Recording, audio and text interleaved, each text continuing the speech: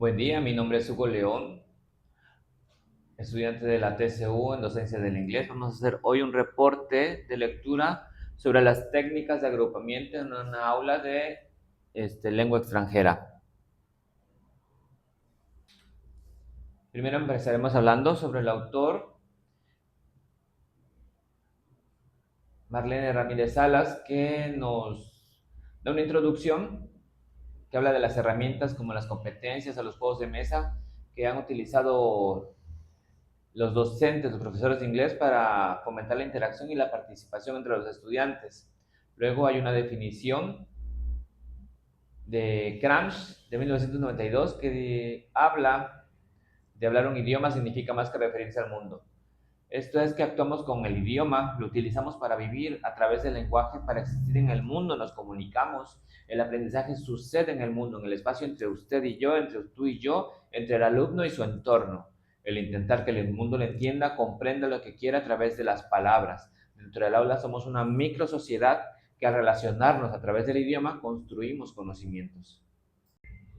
Después nos proporciona la definición de trabajo en grupo y nos da una definición de según Brown en el 2001, que es un término genérico que cubre una multiplicidad de técnicas en la que a dos o más estudiantes se le asigna una tarea que implica colaboración y lenguaje autoiniciado, estudiantes en grupos de quizás 6 o menos personas. Esto quiere decir que el trabajo en equipo implica que todos aporten. Un trabajo en equipo eficiente diseña la dinámica para que se apoyen mutuamente. Debe de implicar lenguaje autoiniciado, tratándose de una lengua 2, como el inglés, donde el alumno debe escoger sus palabras para decidir qué decir, cómo decirlo y en qué momento para que sus compañeros lo comprendan. Grupos pequeños de hasta 5 personas fomentan que todos tengan participación e interacción constante. Ahora procedemos al análisis de la definición, donde el autor compara al grupo con un sistema mecánico, donde cada estudiante es una pieza esencial. Si una pieza falla, la máquina, o sea, el proyecto de la actividad, no funciona correctamente. El texto advierte que aunque la máquina siga moviéndose porque otros empujen más fuerte, no es éxito, sino un mal funcionamiento del diseño pedagógico, ya que hay estudiantes perezosos o muy tímidos, con mucha dificultad en la L2. Debemos estar seguros de que el alumno sabe qué se espera de él, que tiene una función específica y que debe intentar hacerlo bien. Ahora se habla de los roles y de la interdependencia. Y esto quiere decir que el trabajo, así como en el éxito de equipo, debe ser colectivo. Esto genera una presión social sobre cada miembro del grupo para impulsarlos a lograr su tarea, su asignación, su rol y su compromiso. Buscamos eliminar la pasividad y fomentar la integración. Después se busca cambiar los roles, intercambiarlos para desarrollar habilidades diversas en cada estudiante. El autor opina que hay condiciones que favorecen el lenguaje autoiniciado, en la que el estudiante utilice el mucho o poco conocimiento que tiene sobre el nuevo idioma para expresar una idea o resolver un problema. Y uno de los factores que influyen es el tamaño del grupo. En grupos pequeños hay más espacio para la participación. Ahora vamos a hablar de las ventajas del trabajo en grupo. Primero, el autor llama la atención a los docentes para utilizar pedagógicamente el trabajo en grupo y no utilizarlo únicamente como relleno de la clase, a un recurso tan valioso. Después el autor menciona que el trabajo en equipo dirige al estudiante hacia la automaticidad, pasa de traducir palabra por palabra en su cerebro hasta formar ideas, pensamientos y frases más complejos en su mente. El trabajo en equipo empuja al cerebro a usar estructuras más elaboradas de forma natural, quizás no perfectas al principio, pero se busca fluidez antes que precisión.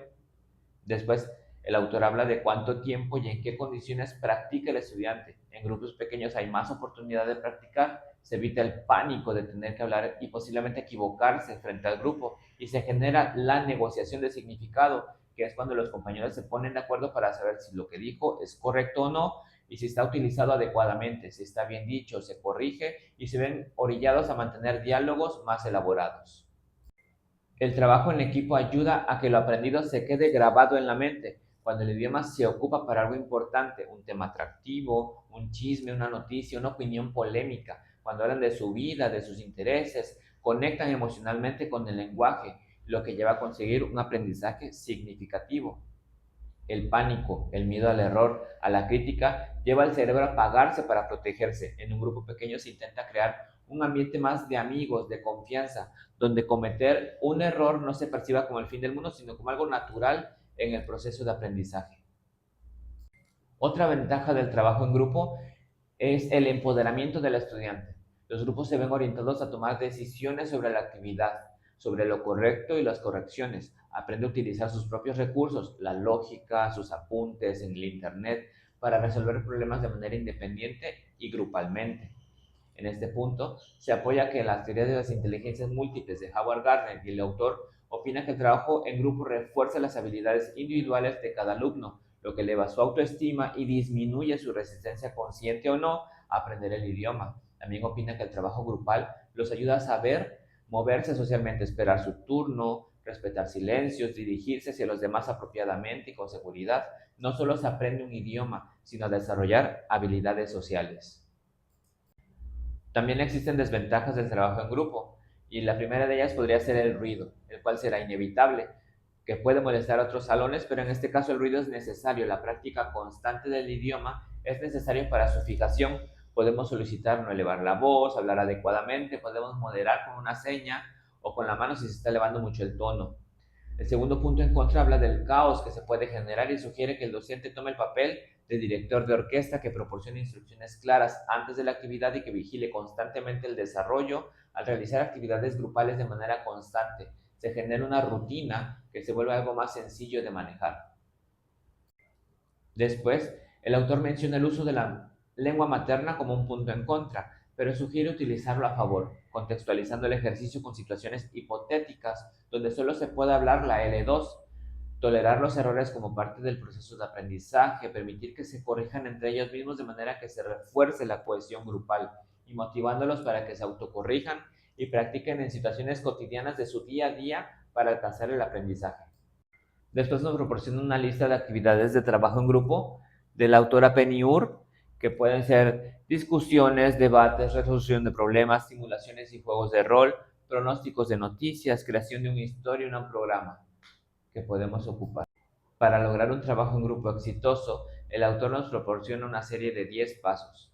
La primera es introducir la técnica.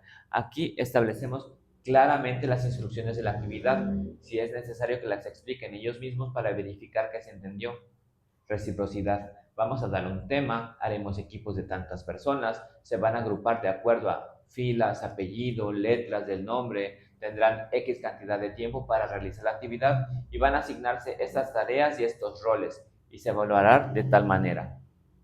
Después pasamos al modelado de la técnica. Se debe realizar una demostración de la actividad o un ejemplo apropiado de acuerdo a la actividad, describir las características que debe cumplir cada rol que se asignará en la actividad y ejemplificar el producto que se espera del aprendizaje que se persigue.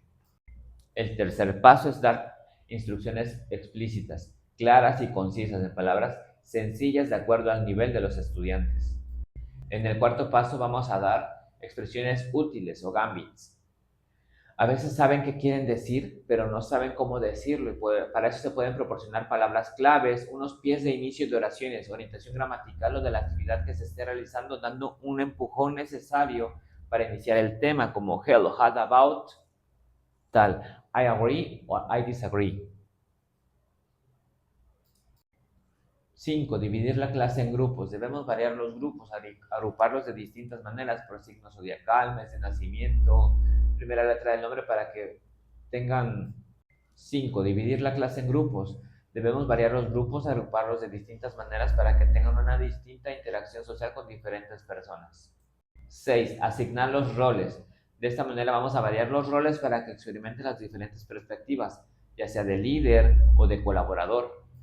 El siguiente paso es verificar la aclaración. Debemos pedir que expliquen ellos mismos las instrucciones para verificar su comprensión. En el 8 ponemos la tarea en marcha e iniciamos la actividad. 9. Monitoreamos la tarea. Debemos ejercer la función de director de orquesta supervisando, aclarando dudas, haciendo sugerencias o incluso ejemplificando la actividad. Por último, debemos dejar un tiempo para el reporte y la retroalimentación. Es muy importante porque debemos calificar el esfuerzo realizado, apreciarlo, le agrega valor al aprendizaje que pudieron haber alcanzado. En esta parte el autor nos da unos ejemplos de técnicas de agrupamiento creativas por fechas de nacimiento, por palabras, por imágenes, para que tengamos más ideas de cómo podemos variar el agrupamiento de los alumnos. Por último, hablaré de mis consideraciones personales. Esta lectura me ha hecho ver el esfuerzo que implica para un profesor las actividades grupales. Veo cómo los estudiantes pueden aprovechar esta práctica auténtica del idioma. He visto que hay conceptos útiles que puedo utilizar para evaluar actividades grupales, para comprender y comunicar adecuadamente, técnicas creativas de agrupamiento. He visto el conocimiento del proceso social, que es el aprendizaje de idiomas. Veo la técnica de agrupamiento como una herramienta para desarrollar habilidades de negociación, de colaboración y de comunicación entre ellos, ¿no? Creo que el salón de clases debe ser un ensayo para la vida real. Eso sí, trabajar en equipos es una formación social necesaria, ya que debemos utilizar el idioma para convivir y crear con otros el conocimiento. El trabajo en equipo es un puente que me une lo que el alumno aprende, el input, con lo que el alumno produce, output. Y el salón de clases debe imitar a la vida real y traer esa realidad al aula.